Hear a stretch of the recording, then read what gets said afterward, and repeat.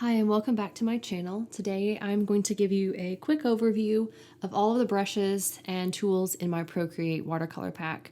I previously uploaded a video on how to actually install the watercolor pack, how to download it, get it onto your iPad, all those different things, and how to get it into Procreate.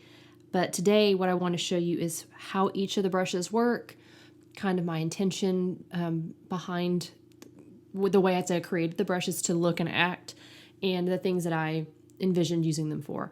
Obviously, you're free to be creative and use them for whatever you wish, and make adjustments if you even want to. But this is just a little overview of what comes in your pack. So I've got a palette or a canvas set up here, piece of paper, and I've got one of my watercolor textures on here. And when you set up the paper, I showed you how to do this in the previous tutorial. So if you want more details on how to actually do it, you can, definitely walk through it. But basically you import the file using the Actions tab, find the file that's downloaded to your iPad, and then you resize it to fit your paper. And once you've done that, then you'll go into the layer where the paper is, and you'll want to change it to the multiply mode. It'll be set on normal by default. And so changing it to multiply will help it look like the paint is actually going onto the watercolor paper instead of just sitting on top of it or underneath it. So then you create a new layer. You don't want to paint on the watercolor layer, because if you messed up or needed to change anything, you would have to get rid of that entire layer. So it's better to just start off with a fresh new layer, leave the paper its own separate layer. So I've got one. I like to paint underneath the watercolor paper. But now I'll show you, I'm going to pull up my landscape palette, the palette that comes with the brush pack. I'm going to choose a color here. I think I'll go with, I like this deep red today. So I'm going to show you what each of the brushes look like, how they act, what they do. So the very first one is my favorite watercolor brush. It's kind of the, do-all brush that, is all-purpose. It'll work well in all different kinds of situations. You can make it larger, smaller. If you, brush closer together, things blend a little bit more. If you, spread out your strokes, it kind of gives it a little bit more of a textured, brushy look. And you can use the pressure to change the way the paint ends up looking, how heavy the paint goes on there. A lighter touch, it's going to be just a little bit of paint, whereas the heavier touch is going to be a thick layer of paint. And even so, you can see that this brush, like watercolor, is somewhat diluted. And it's, wash, it's not as deep red as this color, but that was by intention, again, because basic watercolor strokes are pretty diluted. You can obviously increase the saturation and things like that, but that's how that brush is supposed to operate. It's going to do all the basic things that you would like to do with a brush. The favorite watercolor round, on the other hand, I've made it a little smaller here. It has a totally different shape. It's much rounder, so think of a round brush, maybe a size 8 or 10, much thicker. I'm going to change the opacity here so you can see what that looks like.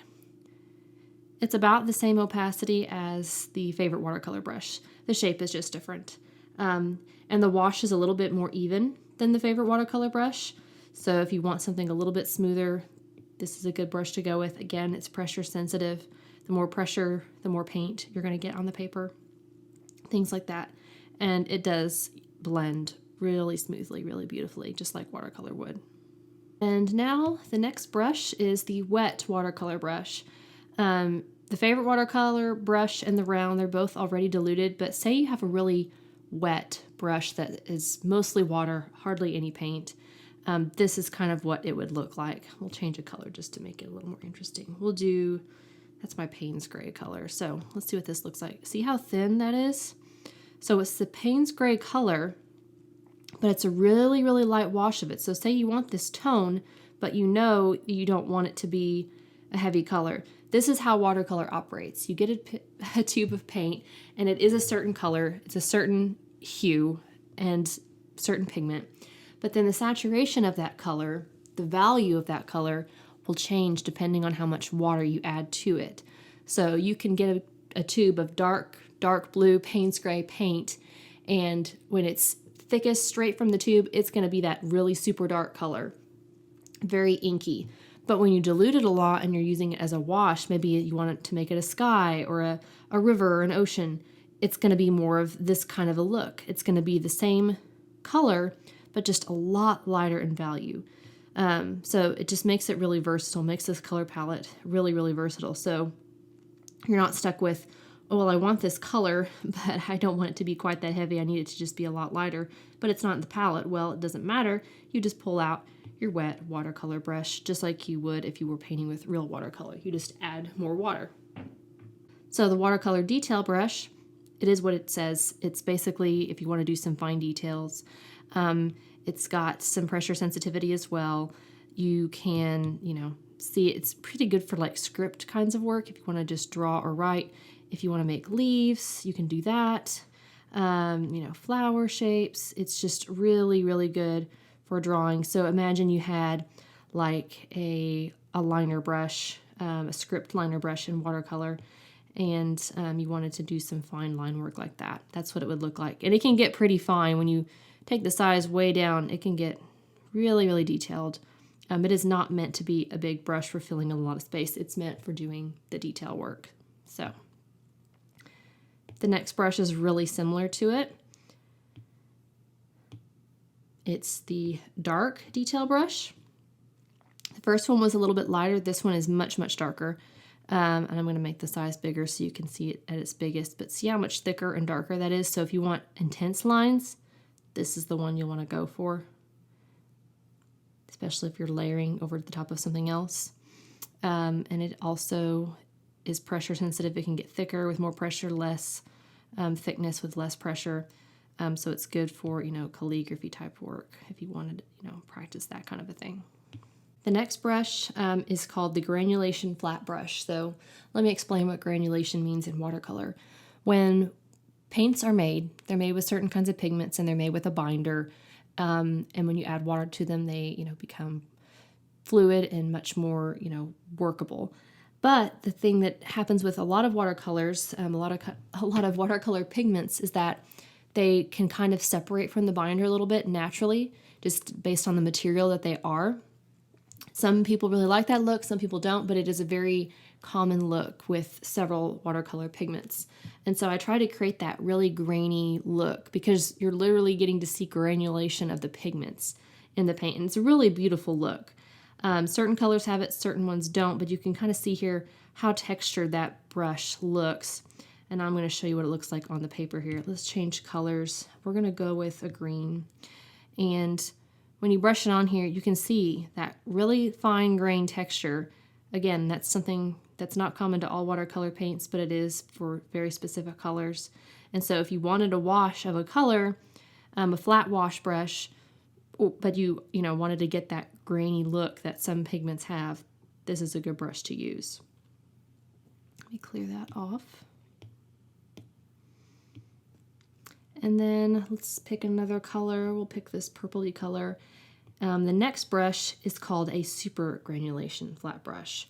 So super granulation is granulation, but what it is, there's a particular line of paints called Schminke Horadam. They make watercolors in Germany, and they have a line of paints called super granulation paints, which is really just multiple granulating pigments all mixed together to create very unique colors. So it's extra grainy because you have, different colors mixed together that are naturally grainy anyway, naturally granulating, and when you put them together, it's going to just have this really intense granulation effect.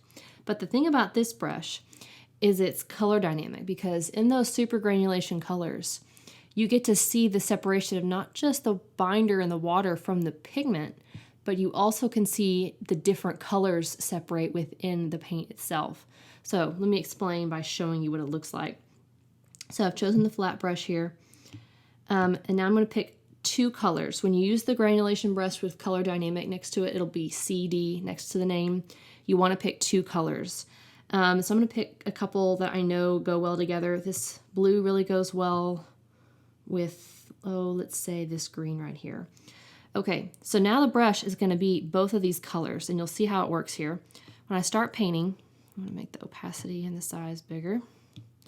When I start painting, okay, so here's the green color, right? And it's granulating.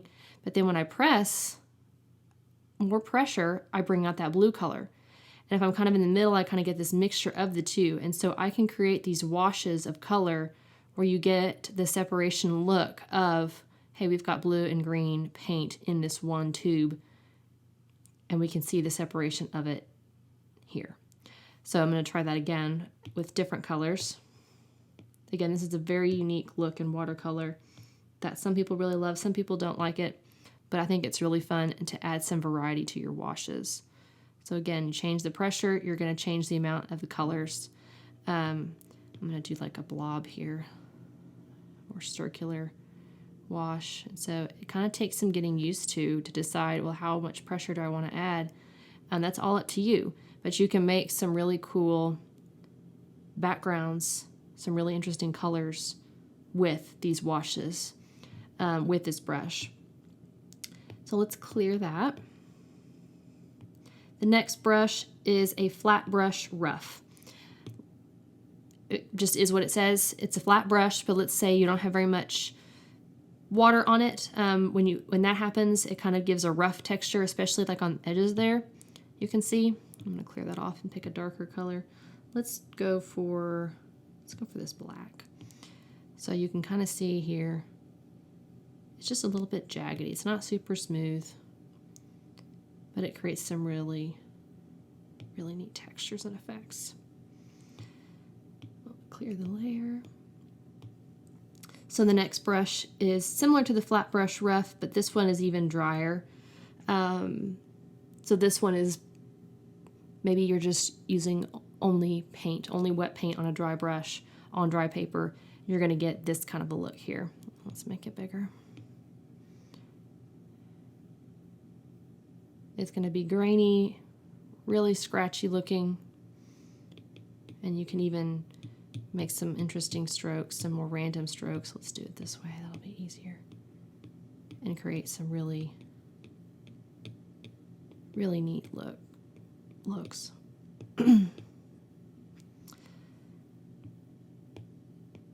All right, next brush on the list is our wet flat brush. So it's kind of like our wet brush, but it's flat, different shape, much smoother and creamier lay down as opposed to the other brushes.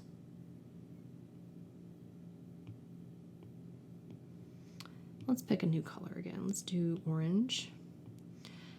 The next brush is one of my favorites. It's called the Blotch Brush. If you want kind of a blotchy, splotchy look, say you've, unevenly put down your paint on the paper and it's kind of starting to bloom a little bit. There's puddles of water maybe even, and it's just a real blotchy look.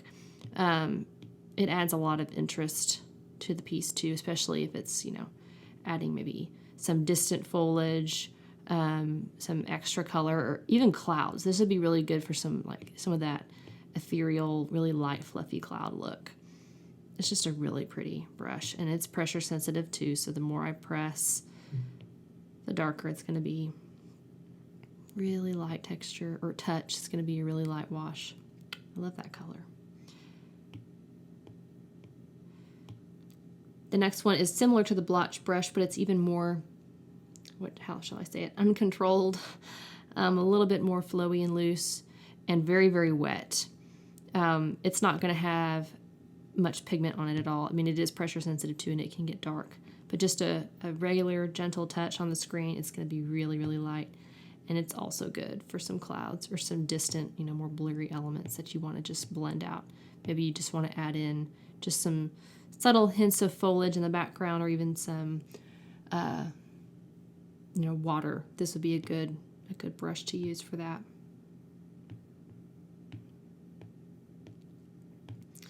So then the next brush is called the Wash Brush. If you're just wanting to quickly lay down a lot of color, we'll do this copper blue color. If you just want to quickly lay down a lot of color, this one's a great one. See how smoothly that goes on? It is also pressure sensitive. It blends perfectly. As long as you continue to keep the brush down in one stroke, it doesn't look like there's any overlap whatsoever. It just blends super smooth. So that is a really quick way of putting in like a background color. So now my whole page is colored and it's seamless, as if I just took a wash brush and just really quickly spread water all over, water and paint all over the paper. Love that brush. This one is a blender. duo here. Down here we've got the Favorite Watercolor Blender and the Bloom Blender. So to demonstrate those, I'm actually going to first put down just some swatches of color here. Oh, let's do, I think I'm going to do this with the Favorite brush. And I'm going to do a couple of different colors, just like some swaths of color here. Maybe it's some waves. I'm not going to mess with using too many different colors just for the sake of time here. Let's use that blue-gray. And yes, I'm aware that this is diagonal. I'm just playing here. Okay, so we've got a bunch of colors. Doesn't really look like a whole lot. Doesn't really look that pretty. But if we use some of our blenders, that can really help with the overall effect. So I'm going to pull down here and do my Favorite Watercolor Blender. I'll show the same effect with both blenders. Choose the Favorite Watercolor Blender. And then once you've chosen your brush, if you press and hold onto the blending tool, it'll use whatever brush you just selected and make it the blending tool. And so you can change the size of it. I'm going to make it, we'll go about that big. I don't want it to be super big. And the opacity, I'm going to bring it down to, we'll do close to 60%. And what that does is just kind of smooth out all those brush strokes that you've made. It's a very simple blender. Doesn't really add texture, it just does what it says it's going to do. It just blends the color together, kind of removes those lines, those hard lines. And so you can do it as much or as little as you want and keep going with it. It can even like pull color off. So if you see here, I'm going to raise the opacity so you can see this a little bit better. It pulls color away from wherever you've laid it down, which is a really neat effect. This is something that watercolor brushes do. Say you lay down a wash of color and you want to pull it away to kind of make it look like it's been, running down the paper. That looks like that exact effect right here. You're just pulling the color down, making it look kind of runny. And then you kind of blend it out. And it just looks like it's been streaking down the paper like real watercolor. Okay, so we're going to clear the layer, do it again. Yep, okay. Oh, this is using the blender brush. I apologize. I'm like, this doesn't look right. Yes, blenders actually function as brushes too, if you didn't know that. So that would be something to experiment with, but let's try that again. You know what? I think I'm actually going to try some texture. We'll use this granulation brush. Like that right there. Not really making any particular design here, just putting in color.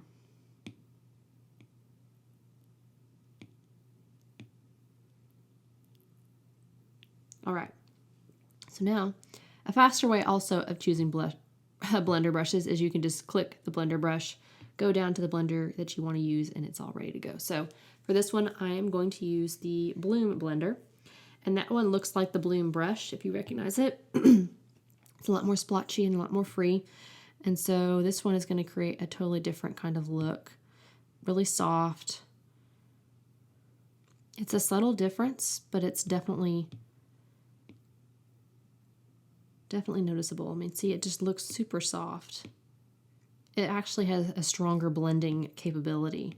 This one is actually getting rid of some of that granulating texture and letting some of it peek through, which is also really characteristic of granulating colors. So maybe you have certain splotches where the granulation is kind of collected. See, you've got these little, I'm going to draw around them so you can see what I'm talking about.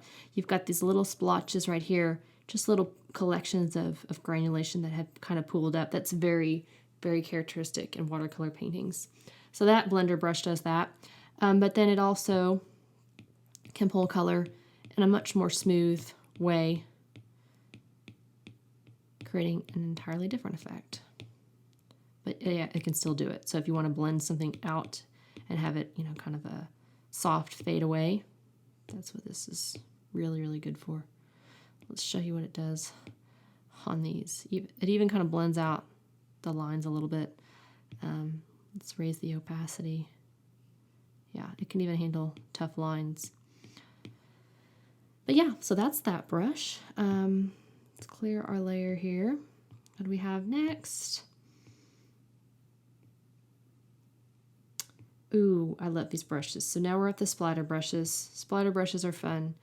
And because you can change the opacity, you can change the size, you can change all different kinds of things, you can get all these different effects. So I can get some huge splatters like this. And the more I press, the darker the splatters become. If I want to go really small, maybe I want to just create the effect of like snow. I would even go smaller than that. Let's see. But went back too many steps. Here, I can kind of create this effect of like a snowfall. It's very faint. But if I wanted actual splatters, like randomness, you can just tap the brush. And the more, the harder you tap, the darker the colors are going to be. So that's just kind of a random paint splatter. Say you took your brush at the end and just kind of shook it over the paper. That's kind of the effect that I wanted to create with this. It's very random, very organic. Yeah, very versatile. The next brush is very similar to it. Let's clear the layer. It's the exact same brush, but it's color dynamic. So that means you can change the colors and have it a little bit more random. So say you want to splatter blue and orange together, we can do that. The harder you press, you get different colors. So a light pressure here is giving me the orange color. And then a darker pressure gives me the blue. So you can get kind of a mixture. And if you kind of go in the middle, you get kind of this gray because blue and orange kind of cancel each other out on the color wheel. But yeah, so that's a really fun brush for adding some unique looks to your pieces. Let me clear the layer. And then the next brush, basically I took the splatter brush and made it heavier, more intense splatter. And both of these are the exact same. One is color dynamic, one is normal. They function in the exact same way. The opacity is all the way down. This one is a much, denser splatter. So whereas the other splatter dots were really close together or far apart, these are really close together, and it creates just a very different look. And then if you wanted to do the color dynamic one, again, it functions the exact same way. You pick two colors and let's do this blue. Yeah, there we go. Harder is orange, lighter is blue. Yeah. So it functions very differently, but it's still a very useful brush. Okay, these next two brushes are some of my other favorites. I absolutely love the salt effect in watercolor. What happens with salt in watercolor is, say you've put down a wash of color, the paper is still a little bit damp, the paint is still wet, and you sprinkle table salt or sea salt on that paint. What will happen is it will create these really beautiful, really textured bloom-like effects. Very random, very textured, unique, different effects based on how much salt you put down, how wet the paper was, how granulating the color, the watercolor is. Lots of different things play into it, but it can make some really beautiful effects. So I've seen versions of salt brushes for Procreate out there before, and I've even tried a few. But I've never found one that actually looks like the real effect. And so I really tried to come up with a version of these brushes that is going to look like what it actually looks like. I'm a professional watercolor artist. I use salt a lot in my paintings, so I know how it acts. I know what it looks like. And these come really, really close to replicating that look. And we've got a light sea salt brush and then a sea salt brush. So depending on how you've used the salt, how widespread it is, what size the salt, it's gonna, dilute differently and act differently. And so I've created two different effects for you here. So what I'm gonna do to demonstrate it first, let's see here. I think we'll go with, what do I wanna use? Let's go with the flat brush rough. And I'm gonna do some green.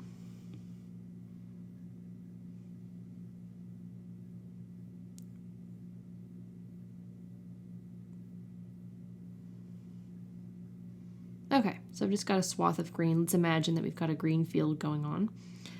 And the salt brushes, they are to be used with white paint. That's the way they work the best, I think.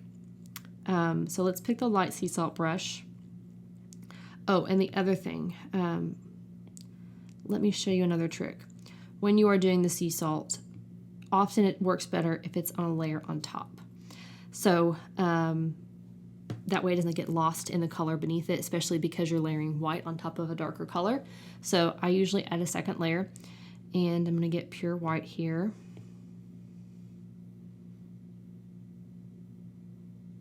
That's pretty good, I think. All right. So now I'm going to use the brush. I'm going to raise the opacity up so that you can see it. But again, you can change it to do whatever you want it to do. And so then you lay down the brush, and you can barely see it. The harder you press, the more prominent it gets. But that's the thing about saltwater brushes or saltwater technique in watercolor. Sometimes the effects are really subtle, like you saw initially. Sometimes they're much starker, more prominent. It just depends on when you've laid the salt down, how much you've laid down. But see how it kind of creates this eaten away texture? That's what salt does. When you sprinkle salt on the watercolor, it dries and pushes the paint away from it as the salt melts into the water, and it leaves this white scratchy little hole behind it. That is exactly what it looks like when you do it in real watercolor. I just love that effect. And you can do different things with it too. You can kind of blend it out so that it's not, quite so much. I'm going to do, we'll do the favorite blender. So you can kind of blend it out if you want to, if you don't want it to look, quite so uniform, whatever you want to, play with. But it's a really fun way of adding texture. And like I said, these brushes, I've designed them in a certain way to do certain things, but you can feel free to be creative with them. And so I'm going to clear this layer and show you another way you can use these brushes. You can use it to add just another color on top of it. If you don't want to add, white, you can just use it to create some texture with the color underneath. And so it creates a very unique kind of a splatter like that. So that's a really fun brush to use. I'll kind of zoom in, you can see, but that's just a much more authentic way of creating salt, in my opinion. Not that other brushes are bad, but this one just looks a lot more authentic. So I'm going to just leave everything as I've already got it set up, and we're going to use the sea salt brush. Go back to the white color here. This is a much larger brush, a much larger sea salt effect.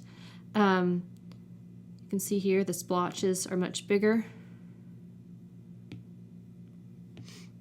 That happens when you use, maybe if you're like hand grinding your salt. The pieces are going to be various sizes. Let's clear off a little bit and make it smaller. The pieces from a grinder are going to make different sizes of salt, whereas table salt, like the previous brush, is going to be a little more uniform because each piece is about the same. But when you use a grinder, the pieces come out different sizes, and so they're going to create different versions of those splotches. So again, this is a great way of adding texture, rough texture like for ground, anything you wanted to texturize. This is a great way of doing that. So let's clear that layer. I don't think I need that layer anymore. We'll come back to it just in case. Oops, that's not what I wanted. All right. What do we have left? Granulation brush. I'm not going to go into too much detail about these two because they're the exact same as the flat brush, super granulation brush. They operate in the exact same way. They're just a normal shape. And so, if you want to have a round brush, but you want that granulating look, that's what these are. And the other one is color dynamic, where you can mix the two colors and get a really interesting effect.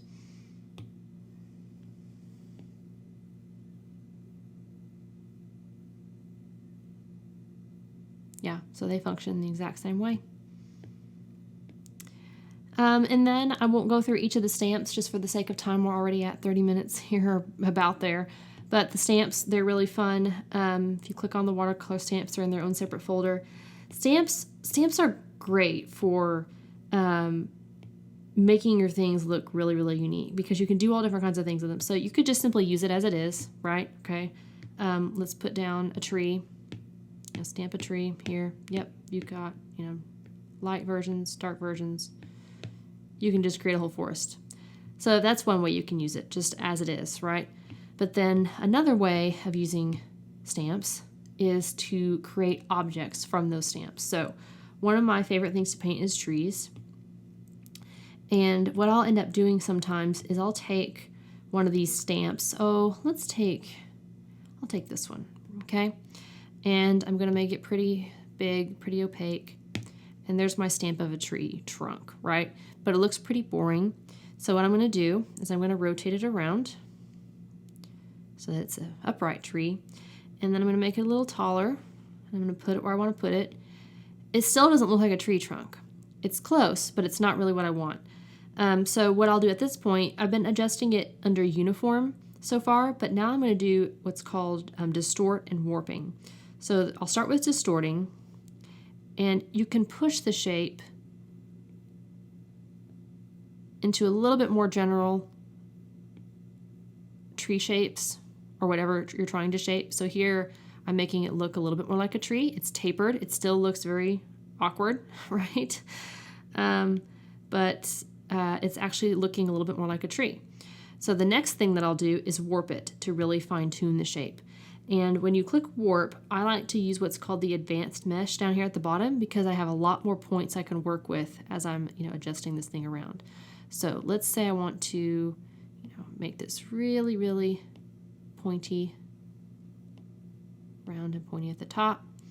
And then I'm going to push and pull things around to make it a little bit more natural looking. I'm actually going to curve it a little bit, I think. Not too much.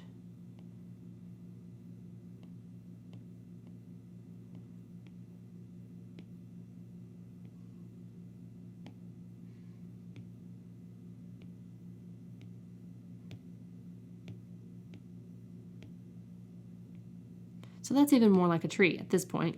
And then what you can do is you can go in and add to it. Now that you've got your tree trunk, well, that's not what I want. Uniform, and I want to move it.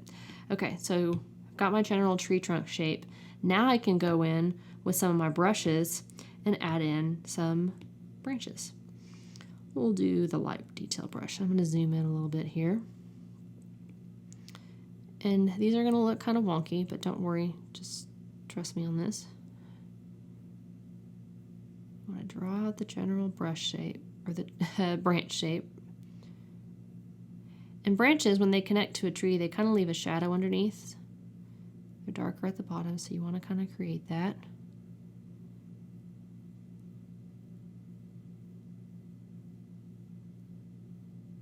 Okay, so there's our really spooky looking tree trunk.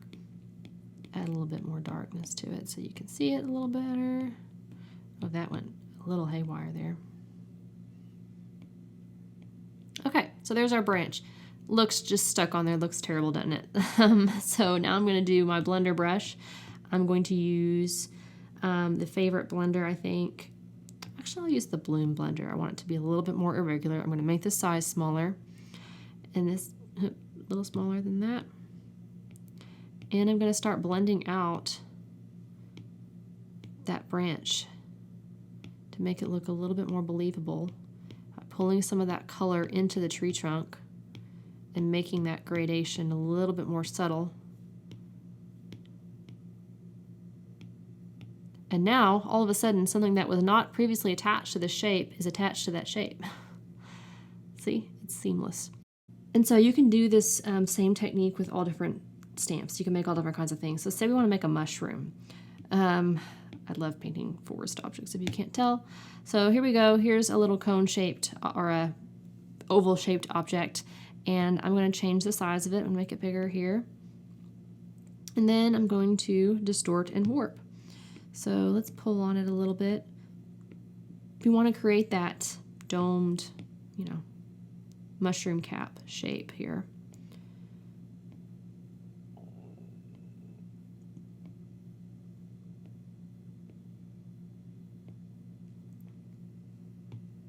Okay, so now we've got an actual domed little mushroom, and we can go in with our brushes and just, shape it a little bit further. You can, do whatever you want. You can make it as realistic or as, whimsical as you wish. And you can do, you know, more textures to it. You can, this is actually just pretty basic at this point. But having those stamps really boosts your creative opportunities with these, all these things that you can do with them.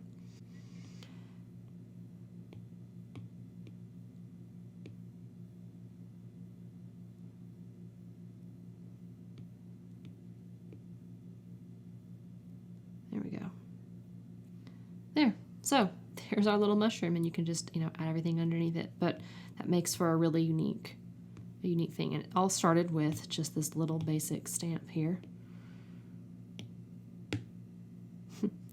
So yeah, pretty easy. So I hope that was helpful for you. I hope that it gives you some ideas on how to use these Procreate brushes that I've created. Like I said, the possibilities are pretty limitless with these. I wanted to create just a basic kit that was going to work for a lot of different kinds of people, a lot of different styles of artwork, and make some, you know, versatility within the kit. The watercolor palette that I've included, the colors are based off of real watercolor pigments. So this is actually the pigments that I use when I create my physical watercolor pieces. I love this palette, especially for earthy types of things. I hope that this was helpful. If you have not purchased my brush set yet, you can do so. There's a link down below to my website that'll take you directly to the listing for these brushes. And I occasionally run discounts, so you might, you know, check back for those kinds of things. But I hope you enjoy this watercolor pack and enjoy creating.